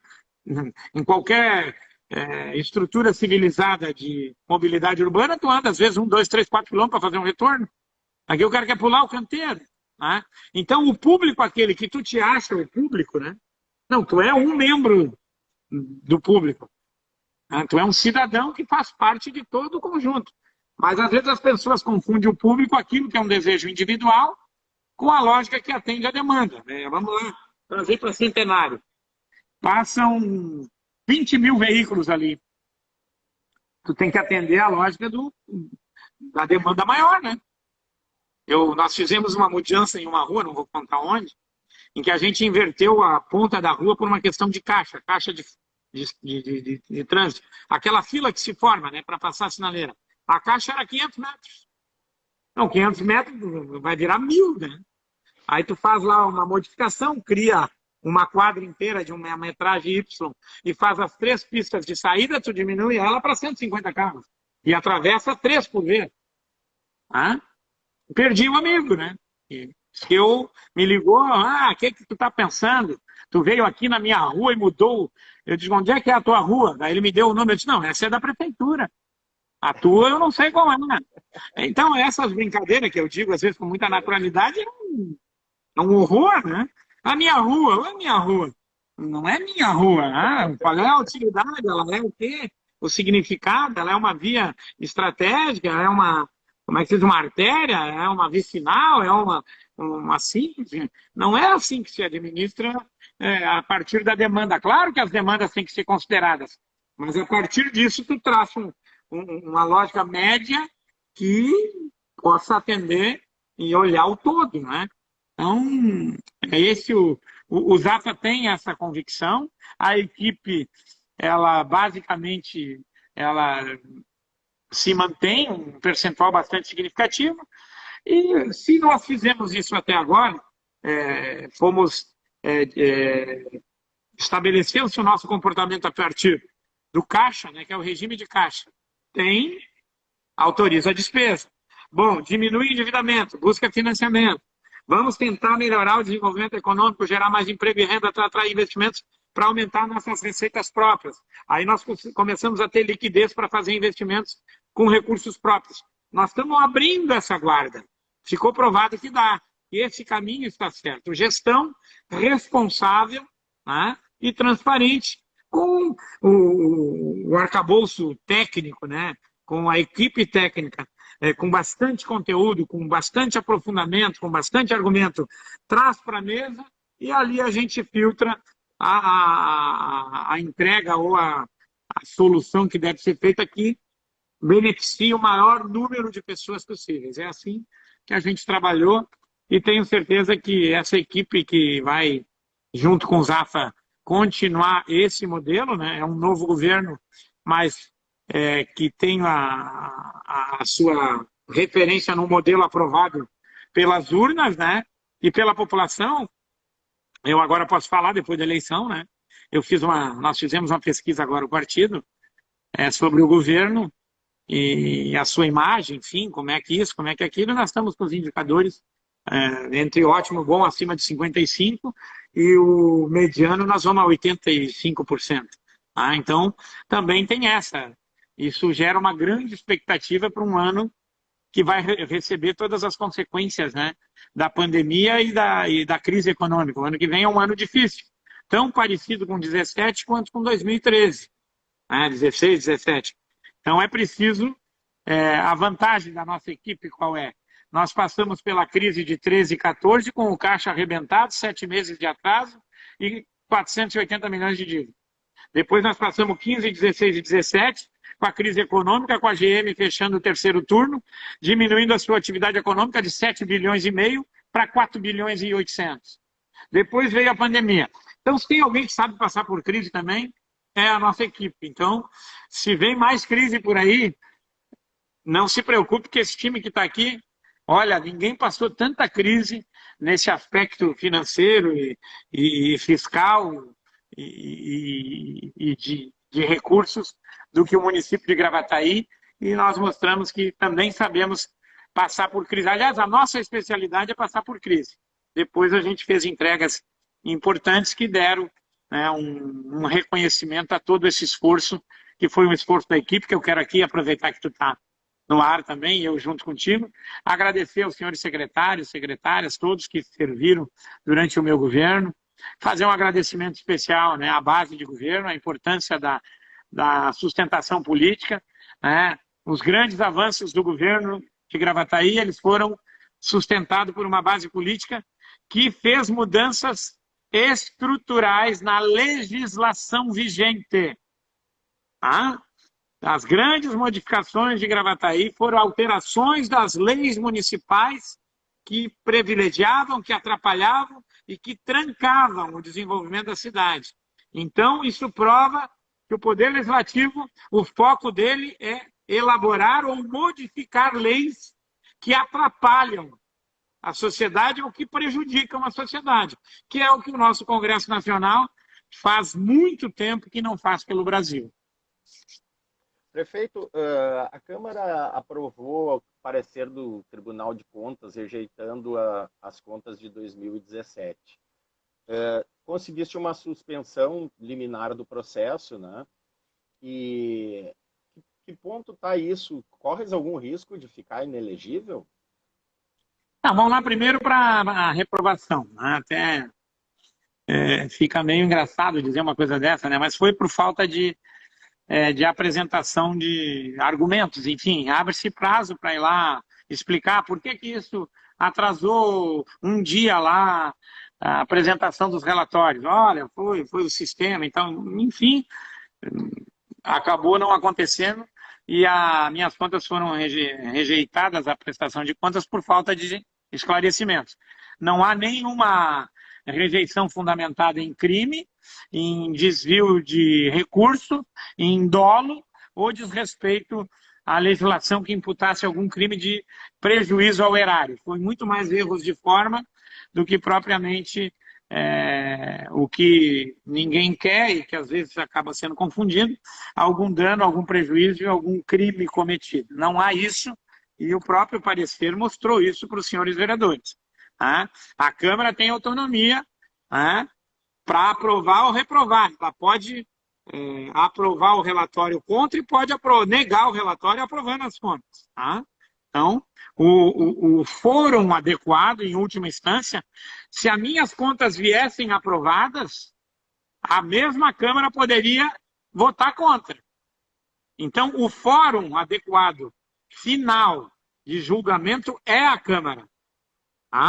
Então, mesmo as minhas contas, se viessem aprovadas, eles poderiam, nunca foi feito, mas podem reprovar. Claro que juridicamente eu sairia da inelegibilidade, do impedimento, como saio dessa pela característica e a proteção do próprio artigo, eu não me lembro aqui, da Lei de Responsabilidade, que quando não há dolo, prejuízo ou desvio, não se caracteriza em inelegibilidade. Mas o que eu quis dizer é que o fórum, né, de julgamento é a Câmara. Então, ali eles têm competência para tanto reprovar, mesmo aprovada, como aprovar, no caso, as minhas rejeitadas por erros de forma. Como é o caso da de 2018, que eu recorri, que foi falta de esclarecimentos, e a suspensão não. Foi aprovado, anulado, e houve uma liminar do Ministério Público de Contas pedindo a reavaliação. Então já está suspenso, mas vai ter um outro julgamento. Eu tenho certeza que os mesmos julgadores vão manter o seu voto e esse processo está zerado. As contas de 2018 têm a prazo de recurso e elas têm um outro julgamento. Portanto, lá eu ainda tenho prazo para reverter a mesma lógica de 2017, quando não foram apresentados esclarecimentos, mas ela vem para cá depois também, depois de encerrar esse prazo. Não há risco de inelegibilidade, né, naqueles termos de 2017 e nem mesmo na de 2018, que estão lá no Tribunal de Contas ainda. Eu lamento o que aconteceu, enfim, mas não quero emitir nenhum juízo de valor, né, porque todos conhecem o nosso governo, a oposição votou contra porque é contra por ser contra, né? O tempo depois vai seguramente dar a oportunidade da gente confirmar isso e não atingimos o número necessário para, mas acho que o Tribunal de Contas está revendo e por justiça, né? Eu tenho certeza que isso não vai atrapalhar e mesmo que fosse mantido a decisão da Câmara, eu não me tornaria inelegível. Em 2022, teremos uma dobradinha dos Alba, Patrícia a estadual e Marco Alba a federal, ou Marco Alba pode ser candidato a governador? Rapaz, sabe que eu prefiro a dobradinha, mas eu acho que tem que amadurecer muito, né? Eu acho que na condição de deputado federal, eu posso discutir algumas coisas de caráter mais prático e apresentar a solução lá no Congresso e ela ser aprovada ou não, mas tem como fazer diferente do que esses que estão lá, que se acostumaram com o vai e vem de terça e quinta e com emendas para ajudar os municípios que acabaram se tornando o maior cabo eleitoral do deputado do que praticamente as grandes transformações que nós temos que fazer na legislação brasileira.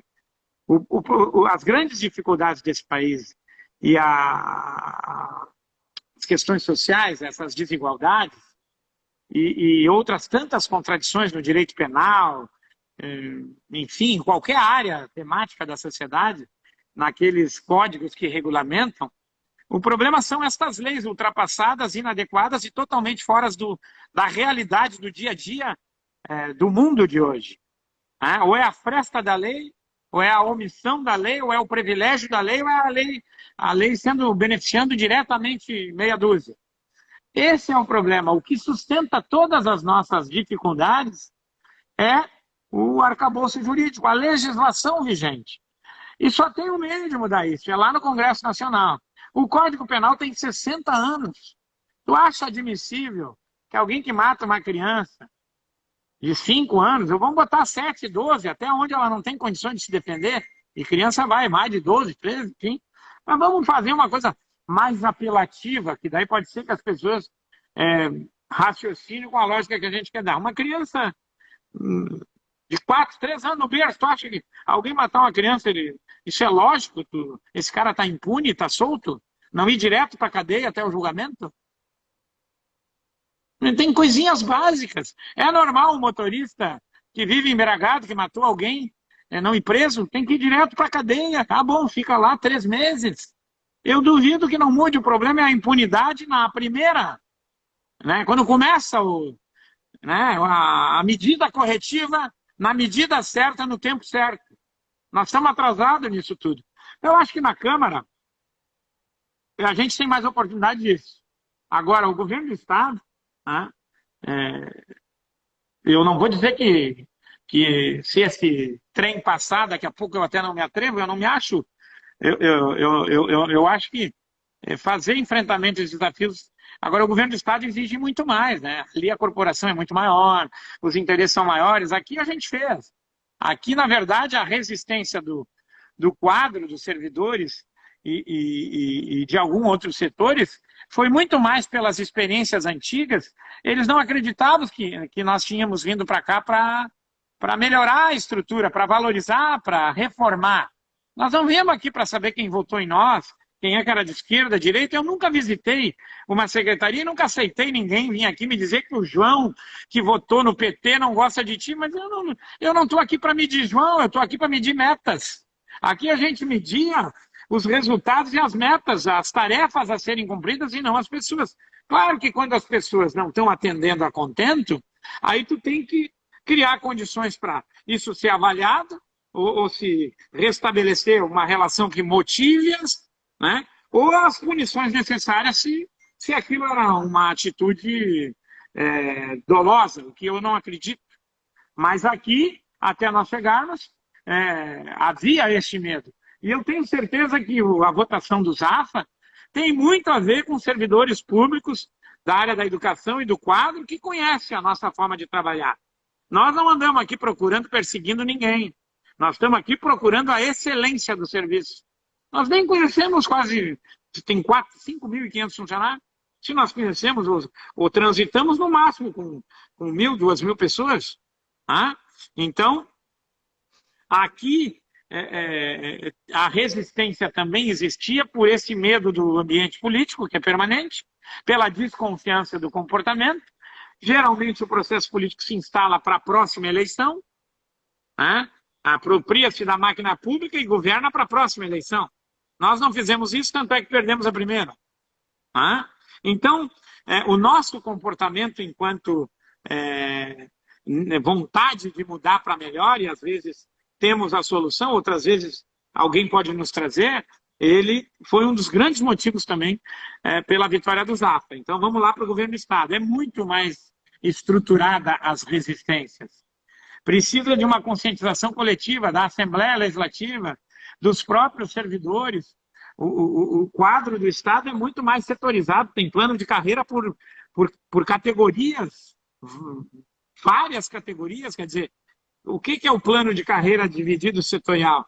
É quando se deixa de trabalhar o coletivo e, bom, agora eu vou trabalhar pelo meu grupo. Só que isso divide mais. E, ao mesmo tempo, fortalece a resistência de uma visão coletiva. Ah? Então, o governo do Estado é muito desafiador agora.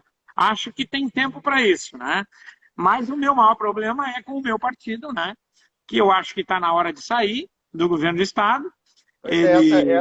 Essa, Marco, era uma pergunta que eu ia fazer agora. A Patrícia Alba foi uma voz dissidente na votação da reforma tributária, né? Inclusive foi retirada da votação, né? O Costela assumiu.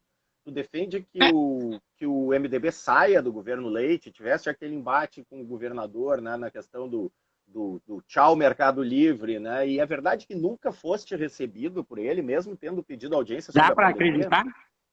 Dá para acreditar que ele nem telefone atende? Eu não falo mais porque ninguém acredita nisso, né? Mas nunca nos recebeu, nunca atendeu o telefone na época da pandemia, quando ela começou, que ali os prefeitos se articulavam, ele falava com a Grampal, com o presidente da FAMUR, mas não né? Tinha um colegiado bem menor. Mas vamos lá, por que o PMDB tem que sair do governo? Não é por causa do governo.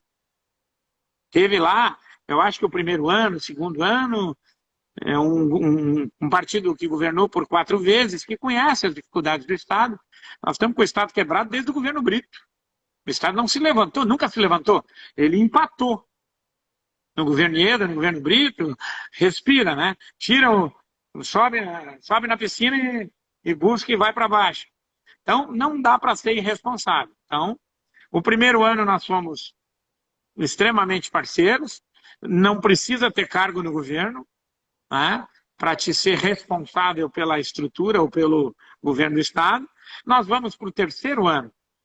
Né? Nós tivemos uma dissidência do deputado Búrigo, do deputado Zanquim, do deputado Tiago Simão, o deputado Edson Brum se absteve, né? E a Patrícia, obviamente que não votou, mas se votasse seria contra. Então nós teríamos 4 votos e 4 a favor. Então a própria decisão da bancada já mostra que o tempo que nós estamos dando para o governador e participando, o de participar se esgotou. Nós temos que pensar na próxima eleição e não vem com essa lógica que a próxima eleição é em 22, que quem deixar para fazer política em ano eleitoral está fora da eleição. Então nós temos que seguir o nosso caminho, nós já ajudamos o governador. Ah, bom, agora isso, agora aquilo, pode ser. Um partido ele tem que ter a sua causa, ele tem que ter a sua identidade. Ele pode sair do governo e continuar não atrapalhando o governo, né?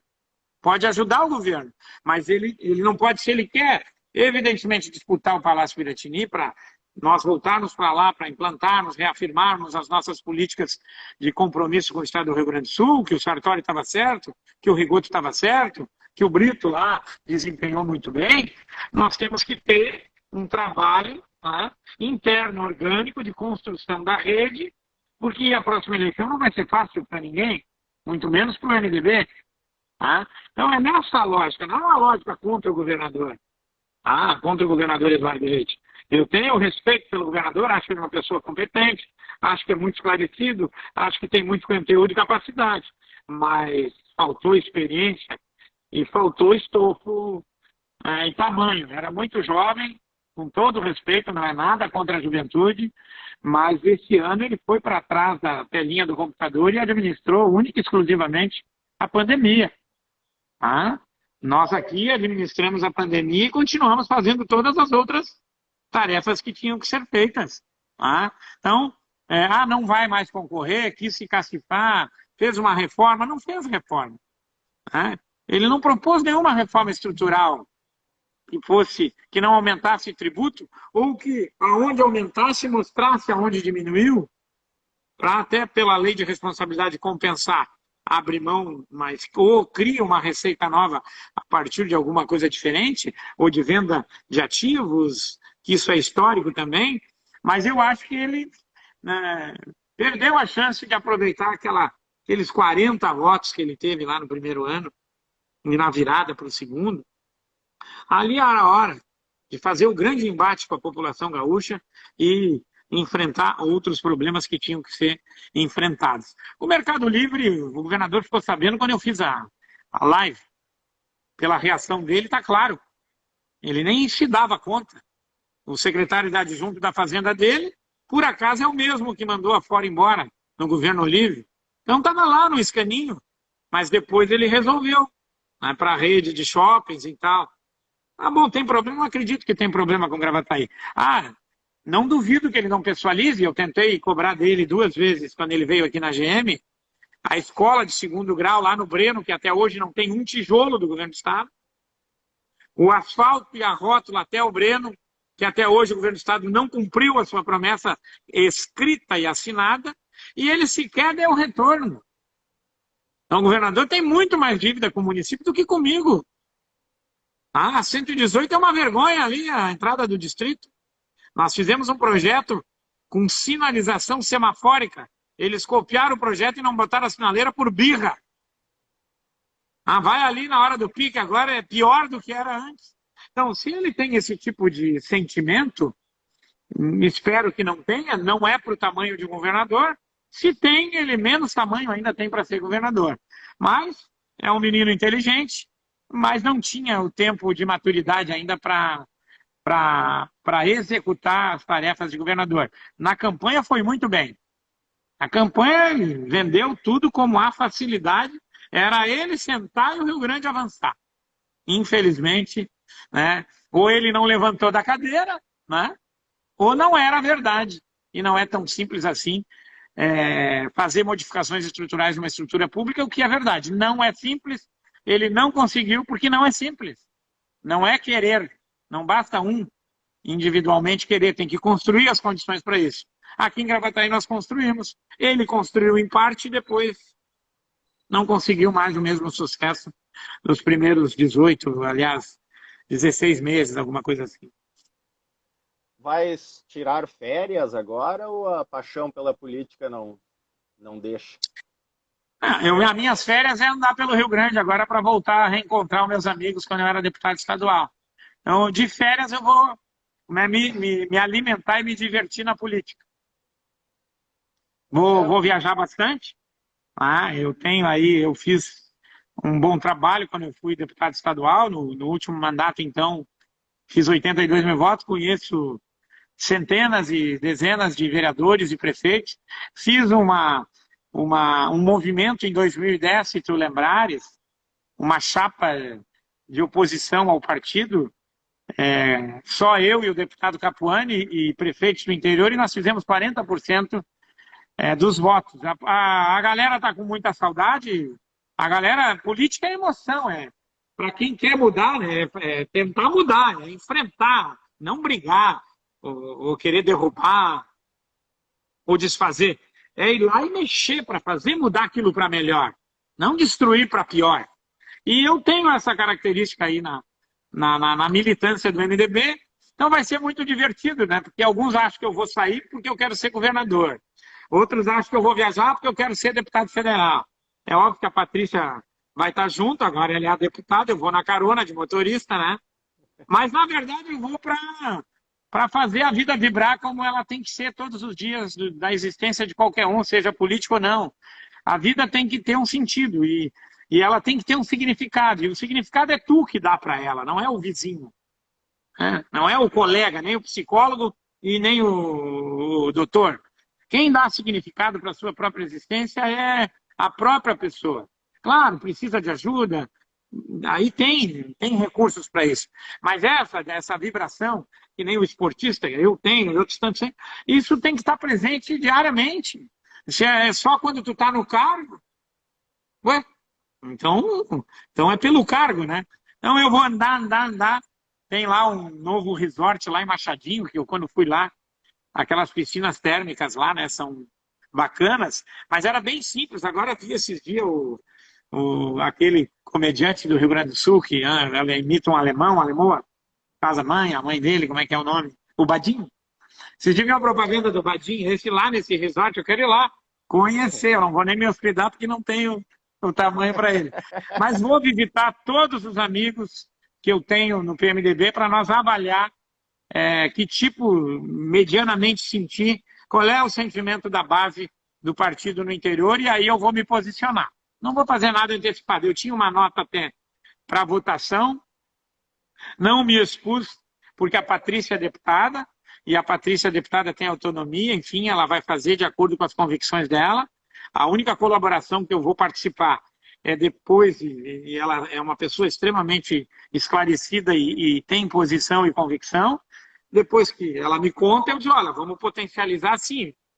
Só ajudo a fortalecer a decisão para ser respeitada e tal pela experiência, mas não tenho a mínima interferência ou intervenção no mandato dela. Ela decidiu, quando ela me disse que ia votar contra, eu disse para ela que então tu marca a posição e avisa antes, já declara para não ficar nenhuma dúvida, para ninguém ter dúvida sobre ti e saber já para que tu veio e quem tu é. Então, ela é a deputada, ela tem um potencial incrível, nós vamos ter uma representação. Espero que o governador trate a deputada com o respeito devido, né? Podemos até fazer encaminhamentos para o município, mas a Patrícia é um grande ganho para a cidade e o Zapa, a Patrícia e toda a comunidade aqui, aproveite bem esse mandato, que é para servir a nossa comunidade, que nós fizemos todo esse trabalho para a Patrícia se tornar deputada estadual. O resto é trabalho, acordar cedo, e aí lá 2022 a gente se encontra de novo, talvez nas urnas, né? A Patrícia seguramente, mas eu quero primeiro fazer tirar uma temperatura do partido lá, né, nos vereadores, nos prefeitos, lá em Garruchos, são 60 quilômetros de chão batido, fiz 300 votos lá, meu amigo Capoeira, vou lá em Guarita, né? E vai lá em tantas cidades que eu vou aqui pelo interior, nas Missões, na Celeiro, no Alto Jacuí, aqui no litoral, no Vale do Paranhana, na Serra. Vou andar, vou trabalhar, vou conhecer melhor e depois vou construir alguma coisa que possa ser útil para a ferramenta política, através de um mandato ou não, fortalecer, enfim, os resultados que a população espera daqueles que se colocam à sua disposição para trabalhar. Tá certo, prefeito Marco Alba, agradeço a sua atenção. Parabéns pelo seu governo, pelo tratamento com a imprensa, sempre republicano, sempre transparente. E deixa uma mensagem para Gravataí. Não, quero primeiro agradecer para ti, na tua pessoa, já os outros veículos de comunicação também aqui da cidade. Tenho o maior respeito e pelo trabalho e pela forma que a gente construiu a relação, sempre transparente também. Tá? Eu acho que a mensagem ideal, né? Nós estamos ainda sob os efeitos da pandemia, nós passamos o Natal, é um momento de reflexão, muitas mensagens bonitas e todos nós temos essa inflexão nesses períodos mais linkados à questão do cristianismo, o judaico-cristão, né? Com simbolismo espiritual, de valor à vida, de respeito, amor, e respeito ao próximo e amor ao próximo. Então, ainda é bom tomar alguns cuidados. Tá? Nós estamos aqui com o hospital sobrecarregado. Porto Alegre, os leitos de UTI deram uma distensionada, isso é bom, né? Porque as transferências ainda são muito agudas, mas que esse sentimento seja voluntário, não a partir da cobrança. Eu tenho assim, muita expectativa que um dia a nossa cultura se altere. É claro que passa muito pelo comportamento nosso, mas que seja voluntarioso, que nem em outros ambientes a gente percebe, assim, as pessoas fazem a sua parte, assumem as suas responsabilidades e as suas tarefas sem precisar de nenhuma orientação e muito menos de governo, às vezes interferindo na sua vida pessoal, como às vezes quer interferir em temas que não interessam. Esse, como é uma pandemia, e alguém pode sair prejudicado de comportamento de outro, então o poder institucional, o poder constituído, ele tem a obrigação de fazer essa interferência no sentido de motivar, de regrar, de cobrar essa conscientização, às vezes necessariamente impondo regras coercitivas. Mas o meu sonho era esse, que a gente amadurecesse o suficiente para respeitar o próximo, independentemente da sua convicção religiosa, política, e qualquer que seja no aspecto de visão de mundo, porque depois que se ultrapassa essa linha desse respeito conceitual, aí a confusão a falta de condições para reorganizar e harmonizar, ela acaba dando muita margem para oportunistas, que temos bastante também. E aí há uma divisão por essa lógica. Aqueles que realmente querem agregar e os que não estão nem aí para agregar e fazem de conta. Então, esse passa muito por um sentimento e por uma atitude individual e voluntária, né, de aperfeiçoamento pessoal. Eu melhorei muito, desde que entrei na vida pública, a gente vai se corrigindo, a idade vai fazendo com que a gente melhore, né, essas questões de não julgar, né, não fazer juízo de valor absoluto e não fazer o papel daquele que não lhe cabe. Hoje nós temos todo mundo falando sobre qualquer coisa e argumentando sobre tudo, sobre coisa que não sabe nada. Isso confunde muito, mas aí é muito extenso também. Mas esse gesto de amor, principalmente agora, é praia, é verão, todo o cuidado que puder tem que ser voluntário, a máscara, ou a distância, ou o cumprimento. Eu sempre falo muito nessa coisa de lavar as mãos, a higienização pessoal. Essa, sem dúvida, é a mais necessária. Em casa, principalmente, muito mais em casa, até porque na rua não tem torneira em tudo que é lugar. Mas em casa, toda oportunidade que tu tiver, tu pode fazer uma higienização. Porque é muito triste, viu? Tu assistir um sistema de saúde que se esforça, que faz tudo o que pode, mas o que ele não pode fazer foi por erros contínuos, históricos, de longa data, que não foram corrigidos, que não estão sendo corrigidos hoje, mas que têm que ser corrigidos cotidianamente. Tá? E essa falta de estrutura, ela não pode justificar a nossa falta de compromisso e respeito ao próximo. Então, tenham a consciência que a estrutura ainda não existe. Como ela deveria existir, como ela poderia nos atender, ela não existe. É culpa de todo mundo? Não é culpa de ninguém. Cada um faz a sua escolha, cada um arruma o seu culpado. Mas a grande verdade é que até nós arrumar um culpado, aquele que perdeu a vida não merecia, se nós pudéssemos ter salvado. Então essa inflexão é boa porque ninguém muda o mundo. Tá? A gente não muda o mundo. O máximo que a gente consegue é mudar a si próprio. Eu consegui evoluir. Falta muito ainda para mim. É óbvio que falta. Eu vivo num ambiente extremamente polêmico, né? Mas eu já melhorei bastante na minha condição pessoal, na minha lógica de olhar o mundo, de respeito, não ultrapasso a linha com os outros. Né? Pelo menos não ultrapassando a linha com os outros, já cumpriu uma meta extremamente interessante. Ser sincero e verdadeiro Isso eu acho que não é defeito, isso eu não vou perder. Mas outras coisas a gente pode. Então, isso é uma dica legal, né? A melhor mudança que a gente pode fazer, e a única que a gente tem o controle sobre ela, é sobre nós mesmos. Sobre os outros, falta muito tempo. A humanidade ainda tem que avançar muito para isso acontecer. Temos belos exemplos, inclusive aqui no Brasil, inclusive aqui em Gravataí.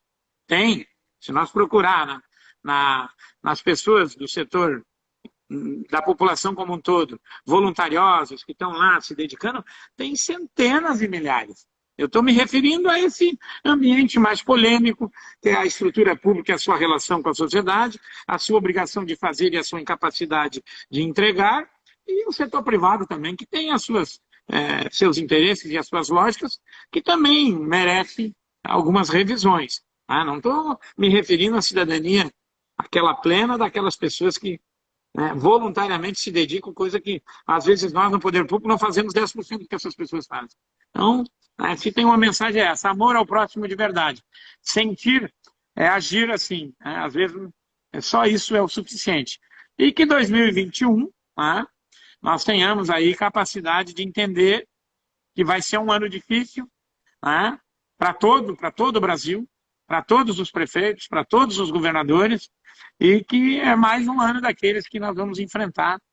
E aqui o governo eu tenho certeza que vai bem, mas precisa que a sociedade também comece a aprofundar mais os seus conhecimentos sobre a estrutura pública.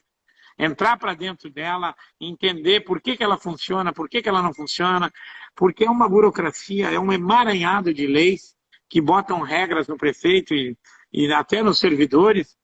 A gente só pode fazer o que a lei autoriza. Vamos tentar entender isso para criar força para na próxima eleição de 22, quando a gente for votar para deputado federal, e não é porque eu possa ser candidato a deputado federal, não precisa nem votar em mim, se eu for.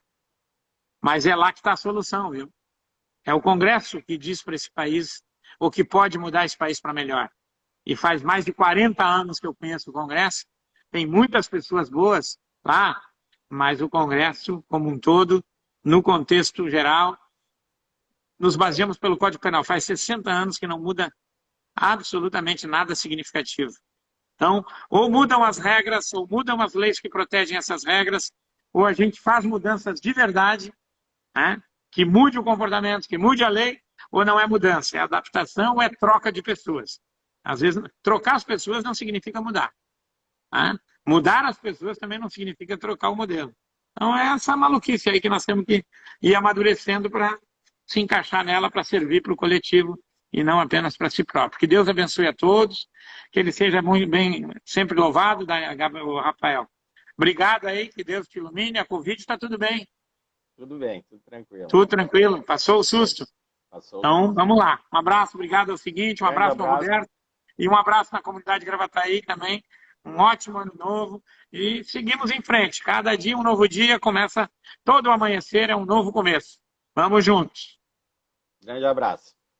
Obrigado.